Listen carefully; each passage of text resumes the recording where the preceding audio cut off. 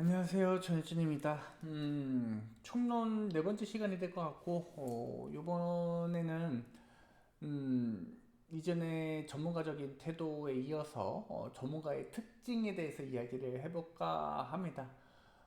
우리 이제 1급 응급구조사 같은 경우에는 전문가적인 태도와 함께 전문가적인 특징을 모두 다 가지고 있어야 되겠죠. 물론 어떤 분들은 리더십이 강할 수 있고 어떤 분들은 리더십이 약할 수도 있는데 그게 응급구조사라는 직업 안에서는 통용되지는 않는 내용이고요. 누구든 리더십을 발휘해서 현장에 대한 결정과 판단을 내려주셔야 되겠다 라고 보시면 되겠습니다.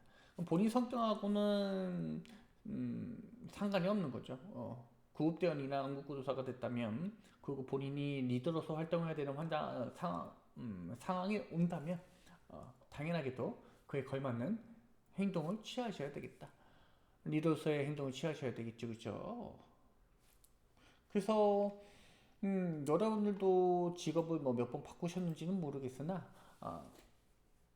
상황에 맞춰가지고 본인이 뭐 이렇게 어떤 업무를 하는데 뭐 나하고는 잘 안 맞는다, 성향이 안 맞는다, 뭐 이런 식으로 하고 다른 업무를 하시는 경우나 과를 우리 학생들 같은 경우는 과를 바꾸잖아요, 그죠?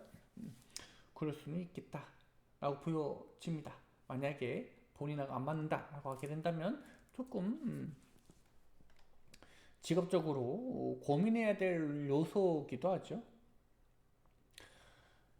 이제 본격적으로 책에 있는 내용들 이제 보실 건데 리더십은 매우 중요한 요소이지만 자주 있는 요소다. 그리고 병원적 환자 담당하는 팀의 리더로 뭐 이런 식으로 써져 있습니다. 그래서 이런 것들 키우기 위해서는 우리가 뭘 해주시면 좋겠느냐? 시뮬레이션 하는 게 제일 좋아 보입니다. 시뮬레이션이요.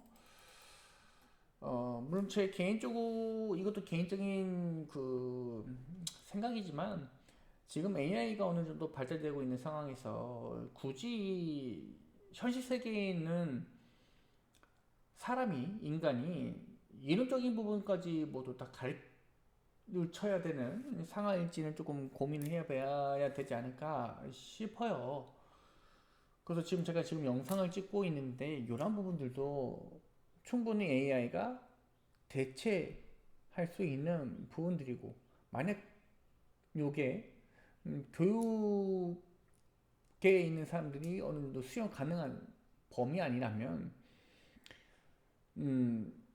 다시 한번 말씀드릴 개인적인 의견입니다. 뭐 대부분의 영상을 교육을 이론적인 교육을 다 영상으로 대체를 하고 실질적으로 우리 학교에 와서서는 이런 시뮬레이션을 하는 것이 더 좋겠다. 그래서 뭐 조가 뭐 조별로 5명이 있으면 각 주마다 돌아가면서 리더로서의 활동을 하면 충분히 이런 전문가적인 특성이 저절로 발휘되고 습득될 수 있다라는 생각을 가지고 있습니다.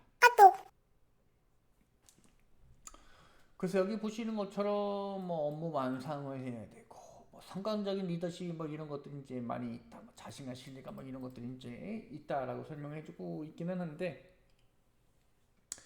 이런 것들 다 키울 수 있는 능력들은요 행동하지 않으면 알 수가 없어요. 리더십을 어떻게 이론적으로 배울 수가 있겠습니까? 그래서 이제 아까 전에 그런 개인적인 의견들을 말씀드린 거고요. 그 다음에 통합성입니다. 요거는 이제 여기 위에서 했던 리더십하고 조금 연관시켜 줄 수가 있을 것 같은데요. 여기서 보시는 것처럼 판단에서의 가장 중요한 역할이 정직성이다라는 말을 해주고 있어요. 그래서 그 아래 보시게 되면 이런 환자 지갑 이런 것들 책임지게 된다. 그래서 환자로부터 신뢰를 받을 수 있는 사람이어야 한다. 이런 이야기들. 그리고 의료진으로부터 권한을 받아 응급의료체계 뭐 지도까지 이렇게 수행할 역할이 있긴 하다. 뭐 그리고 그 작업 수행하는 경우에도 지체 증사하고 뭐 이런 것들 이렇게 문서하도록 신뢰를 구축하도록 해야 된다. 라는 말들이 이제 있습니다. 그럼 여러분이 여기 이렇게 한 번씩 읽어보면서 의문점을 가져야 되겠지. 이게 왜 통합성일까? 그죠? 통합한다라는 이야기하고 이게 적절할까? 라는 생각을 가져야 되겠죠. 뭐 책임감이라든지 뭐 신뢰성을 확보해야 된다라든지 책임감이라든지 이런 단어가 조금 더 맞지 않을까라는 생각이 드는데 우선 네, 통합이라는 단어로 쓰고 있습니다. 내용 자체는 뭐 신뢰가나 책임으로 외우셔도 되겠습니다. 그 다음에 있는 것이 이제 공감대 형성인데요. 보시는 것처럼 되게 어려운 것들 중에 하나예요. 사람마다 이거는 되게 성향을 많이 탈 거라서 요거는 훈련을 통해서 조금 나아질 수는 있겠지만 아예 선천적인 부분들이 크다라고 판단되는 요소 중 하나이거든요. 그래서 공감대를 형성한다. 우리가 흔히 MBTI에서 T다, 뭐 F다 이런 식으로 많이 이야기를 해 있었는데 뭐 예를 들게 되면 T이신 분들은 이 부분은 응급구조사로서는 뭐 리더십도 있고 신뢰감도 있고 뭐 동기부여를 줄 수 있는 것들도 있고 뭐 책임감도 있고 활동력도 있는데 남들과 공감하는 능력들이 떨어진다라고 하게 된다면 그거 하나 때문에 응급구조사를 그만두는 것이 말이 안 되는 거죠. 중요한 요소기는 하지만 누군가는 조금 낮고 누군가는 높다. 리더십도 마찬가지입니다. 누군가는 낮고 누군가는 높다. 훈련을 통해서 충분히 두 개 다 어느 정도 높여줄 수 있겠다라고 보시면 되는 거고요. 그리고 여기에 정말 조금 확인하기 어려운 부분들이 있는데 뭐 환자에 처해 있는 상황 느낌들을 식별하고 이해하는 것이다라고 설명해주고 있습니다. 근데 제가 봤을 때는 식별하고 이해한다는 거는 그 객관적인 평가일 것 같고요. 물론 여기서 느낌, 뭐 상황이라는 말로 대체해주고 있는 건데 공감이라는 말로는 그냥 그 사람이 처해 있는 상황을 그대로 느끼는 게 어, 공감이지 않을까 싶어요. 저 사람과 나를 똑같이 동일성상에서 똑같이 저 사람을 나에게 대입할 수 있다. 라는 것들이 이제 공감일 것 같아요. 이 식발과 이해가 들어가게 되면 공감이라는 부분에서는 조금 아닌 것 같긴 한데 어쨌든 간에 제가 봤을 때는 요거는 지우시고 식별하고 이해하시지 마시고요. 저 사람 입장이 되어보자. 저 사람 흔히 역지사지라고 이야기하잖아요. 저 사람이 상황이 되었을 때 저 사람의 감정을 내가 그대로 느낄 수가 있으면 공감한 거고 저 사람 입장이 공감이 안 된다면 그 사람의 느낌 감정을 그대로 내가 느끼지 못한 상황이라고 하게 된다면 공감하지 못하고 있다라고 보시면 되는 거겠죠. 뭐. 그리고 그 아래에 있는 거, 뭐, 본인의 감정은 당연히 개입되면 안 되고요. 이거는 전문가적인 태도일 겁니다. 응급구조사뿐만 아니라 본인이 기분 나쁘다고 해서, 일을 하는 데 있어가지고, 이렇게, 본인의 감정 모두 다 풀어버리시는 분들이 간혹가다 있죠. 뭐, 드라마 같은 걸로 보게 되면, 다 일을 하고 있는데 갑자기 문을 콱 열고 들어온 부장이 한 명 막 던지면서 막 이렇게 화내는 거 있잖아요. 그죠? 본인 기분이 나쁘다고. 업무적인 것 때문에 그런 게 아니고 본인 기분 나쁜 상황 때문에 다른 어떤 이유인지는 모르겠지만 이렇게 화풀이를 주변 사람이 하는 거는 누구든 해서는 안 되는 거겠죠, 그렇죠?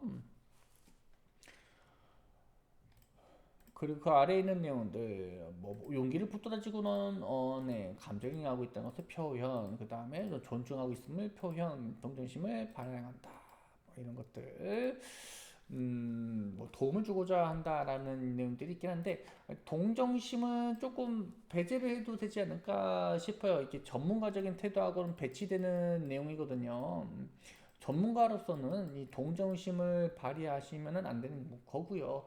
그 환자 상황에 대해서 감정을 공유하시고 충분히 연애까지 간다고 하게 된다면 충분히 공감해 주시고 머리로서 이해를 해 주시게 되면요. 뭐 그래서 이제 동정심, 뭐 감정을 공유하고 이런 것도 이제 뭐 중요하겠다라고 그냥 보고 넘어가시면 될 것 같고요. 좀 더 얘기할 게 있었는데 중간에 전화가 와서 잠깐 멈추고 다시 재시작해서 어, 더 추가적으로 얘기할 게 없어졌습니다.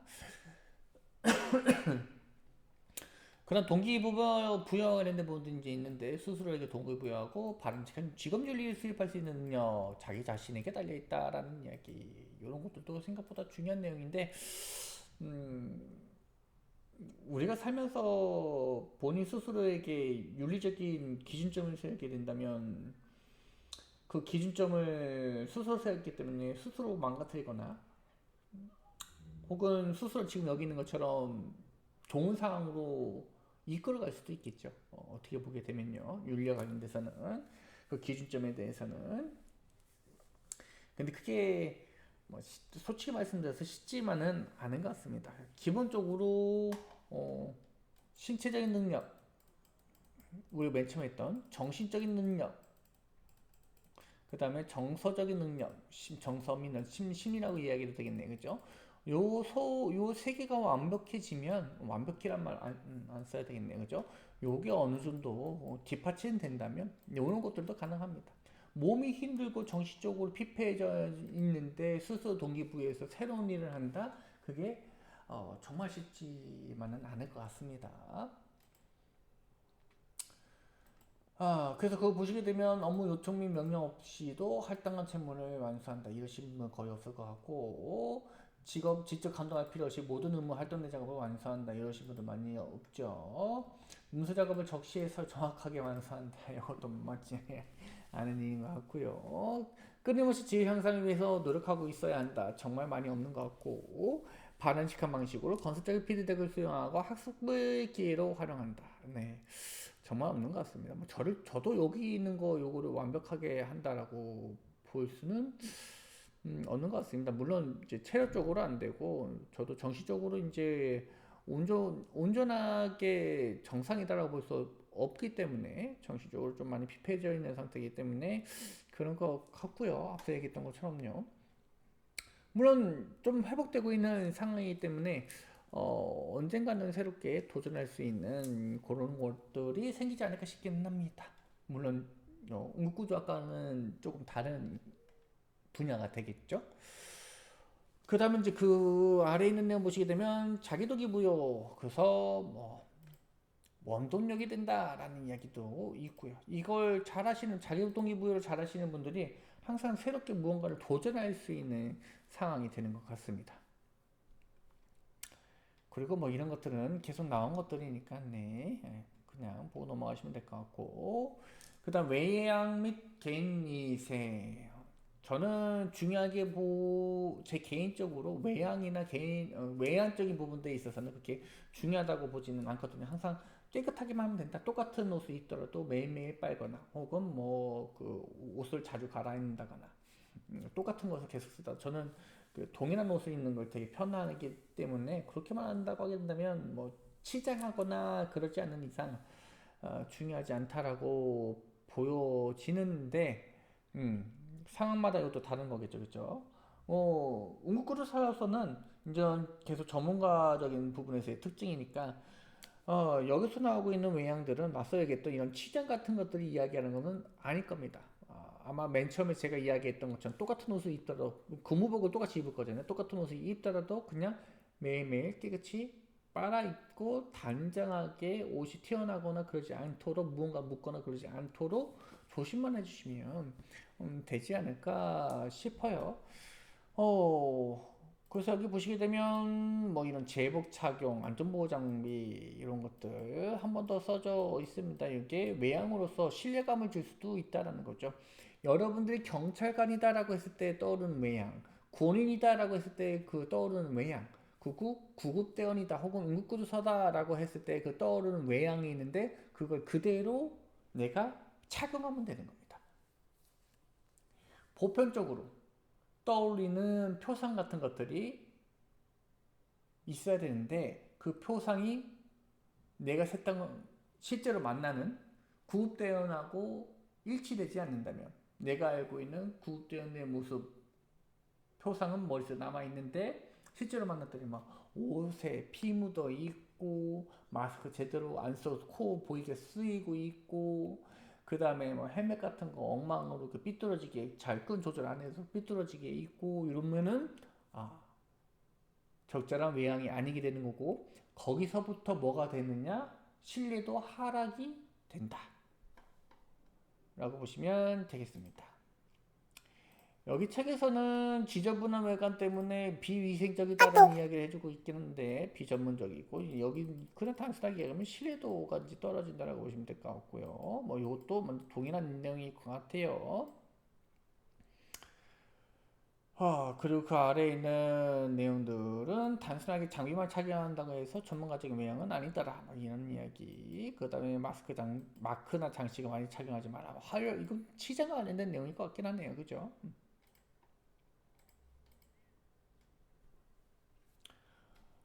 그래서 신비성이라는 말을 쓰셨네요. 그죠? 뭐 신뢰감은 적절해 보입니다. 그래서 신뢰감을 심어주기 위해서 절대적으로 중요한 요소가 외양이 되겠다 라고 보시면 될 것 같고, 깨끗하고 단정하게 다녀야 되겠다, 행동하셔야 되겠다.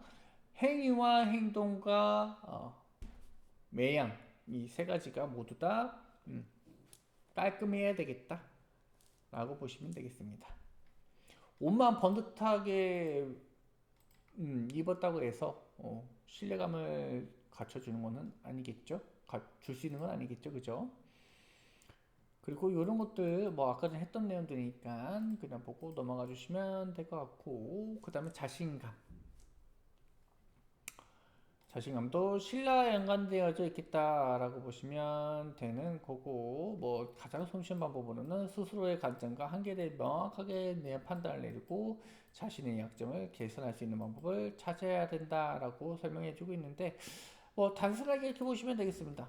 우리가 자신감을 잃는 경우가 어느 때일까요? 당연히 환자를 봤는데 이 환자가 어떤 환자인지 모르고 어떤 처치를 해야 될지 모르고 어느 병원으로 가야 될지 모른다고 하게 된다면 자신감은 떨어질 수밖에 없겠다.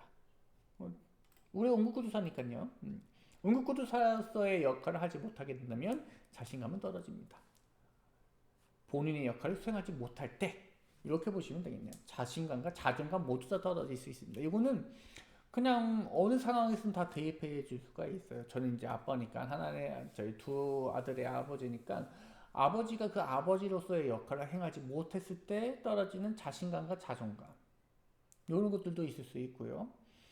아니면 지금 제가 여기 직장에 있으니까 이 직장에서 원하는 수준의 능력치가 있는데 그 능력을 수행하지 못했을 때 자존감 하락, 자신감 하락, 이런 것들이 있을 수 있게 되는 거고, 응급구조사는 응급 환자를 치료하고 평가하고 이송하는 사람이니까 그거를 제대로 하지 못한다고 한다면, 응급구조사로서의 역할을 하지 제대로 수행할 수 없다면 그때 이런 문제등이 생길 수 있겠다. 반대로 이야기하게 된다면 응급구조사로서의 자신감을 갖기 위해서는 내가 만나는 환자들에 대해서 내가 적절하게 평가될 수 있고 적절하게 처치할 수 있고 적절하게 이송할 수 있다라는 것이 밑바탕에 깔려야 된다라는 거죠. 당연하게도 그 밑바탕에 깔려있다는 소리는, 깔려있는 거는 뭐예요? 지식이 될 것 같고요. 지식의 기반 위에 응급구조사가 서 있어서 그 행위를 하게 된다면 환자는 매우 신뢰감 있게 여러분들 쳐다볼 것이다.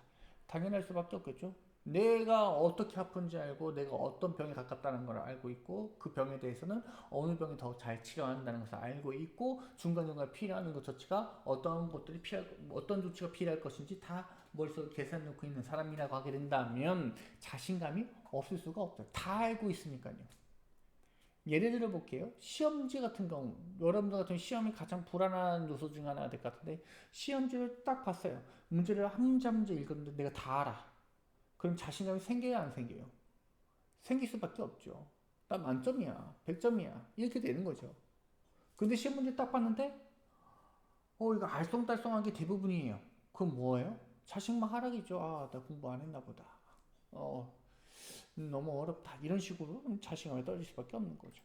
그래서 아는 게 많으면 자신감도 같이 올라가는 것 같습니다. 그리고 뭐 이런 것들, 너무 자존감이 너무나 높아지게 되면 문제가 되겠죠. 그죠? 자존감은 낮고 자신감만 높아지면 안 되겠죠. 그죠? 자존감과 자신감은 같이 움직이는 것이 좀 좋습니다. 그 다음에 또 하나 보셔야 될 것이 의사소통. 요것도 전문가적이라고 볼 수도 있고, 우리에게도 중요한 내용일 수도 있겠지만, 모든 사람에게 다 중요한 내용입니다. 이거는 뭐 부부 간에서도 그렇고, 가족 간에서도 그렇고, 일하는 직장 동료와서는 그렇고, 환자하고의 관계에서도 그렇고, 의사소통이라는 거는 우리 인간이 언어를 통해서 정보를 전달할 때 매우 중요한 수단이기 때문에, 당연하게도 어떤 상황이든 간에 다 중요할 수밖에 없겠다. 라는 생각이 들고요. 이제 하나하나씩 조금 보고 넘어갈 건데, 여기 써져 있는 것처럼 여러 단계별로 우리가 의사소통을 했을 때 직업이나 직이나 직급은 달라지긴 하겠지만 우리는 서로 계속 의사소통을 하고 있다라고 보시면 될 것 같고, 뭐 이런 것들 당연한 내용들이라서 그냥 보고 넘어가 주셔도 될 것 같고요.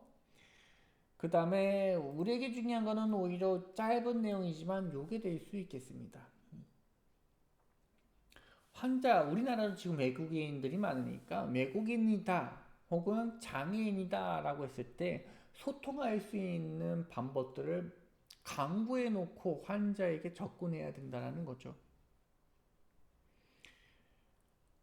환자 지령서에 여기 써져 있는 것처럼 뭐 외국인 노동자가 공장에서 일하다가 뭐 오른손 손목에 절단되는 사고를 당했다.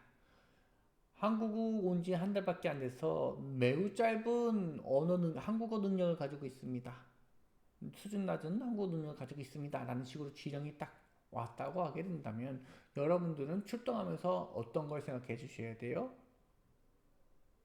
이 환자하고 소통할 수 있는 방법을 생각해 주셔야 된다는 거죠. 그 다음에 있는 것이 시간 관리. 시간 관리는 매우 중요한 것들 중에 하나지만, 뭐, 제대로 하기에는 좀 어려운 것들 중에 하나인 것 같습니다. 저도, 아침에 일어나서 기상하면서부터 루틴대로 조금 행하려고 하지만, 어느 때는 좀 루틴이 어그러질 때도 있고, 제가 계획대로 시간표를 짰지만, 그 시간표대로 흘러가는 경우가 그렇게 많지는 않은 것 같습니다. 지금 저를 터치할 사람이 없음에도 불구하고 중간중간 일어나는 이런 이벤트들 때문에 제가 원하는 만큼 원하는 시간대에 하고자 하는 업무가 수행되지 않거나 해야 될 일들을 놓치거나 하는 일들이 이제 간혹가다 생기는 것 같습니다. 물론 결국에는 해야 될 일을 다 모두 완수는 다 하겠지만 조금씩 어긋나는 이런 이벤트들이 있더라라고 보시면 되겠습니다. 여기서 말하는 시간 관리 같은 경우는 여기 우선순위라는 말이 이제 있을 거예요. 우리에게 우선순위는 이제 뭐가 되느냐? 가장 중요한 일. 요게 우선순위가 되겠죠, 그죠? 긴박한 일이 아니라 중요한 일부터 해야 되는 상황을 여러분들이 빠르게 시간 관리를 통해 정리를 해라. 중요한 일부터 빨리 정리를 해라 라고 보시면 될 것 같고요. 그리고 뭐 효율적으로 또 활용해야 된다라는 말들, 교대 시간, 회의 시간 정확히 지키며 이런 것도 당연한 내용들이니까 제가 이야기를 하지는 않겠습니다. 뭐 다 모두 다 그렇게 하시겠지만 뭐 예를 들게 되면 시간 관리를 할 때 내가 구급대원으로서 현장에 가서 구급일지 다 쓰고 복귀를 했을 때 이 환자에 대한 대략적인 그 상황들에 대해서 쓰고 이 상황들에 대한 복귀를 바로 지금 하겠다. 아니면 1시간 뒤에 하겠다. 아니면 하루의 근무가 다 끝났을 때 모든 환자에 대해서 다 한번 정리를 한번 하겠다. 뭐 이런 것들이 시간 관리일 수도 있겠습니다. 그러니까 제가 봤을 때는 여기서는 시간 관리라고 설명을 해주고 있긴 하지만 약간의 루틴 같은 느낌, 내가 어느 시간대에 뭘 해야 되고 어느 시간대에 뭘 해야 되고 뭐 이런 것들이라고 보시면 될 것 같고요. 뭐 여기에 뭐 한두 가지만 적용해도 요거는 맞는 것 같습니다. 한두 가지만 여러분들 루틴 안에 들어오게 된다면 정말 효율적인 시간 관리가 될 수가 있겠다라고 보시면 되는 거고요. 그 다음에는 팀워크 기술이 있는데 이 부분들은 이제 다음 시간에 이어서 진행하도록 하겠습니다. 오늘도 고생하셨고요. 지금 네 번째 강의인데 아직 25개의 강의가 남았네요. 너무 힘들어 하시지 마시고 끝까지 다 들어주셨으면 감사하겠습니다.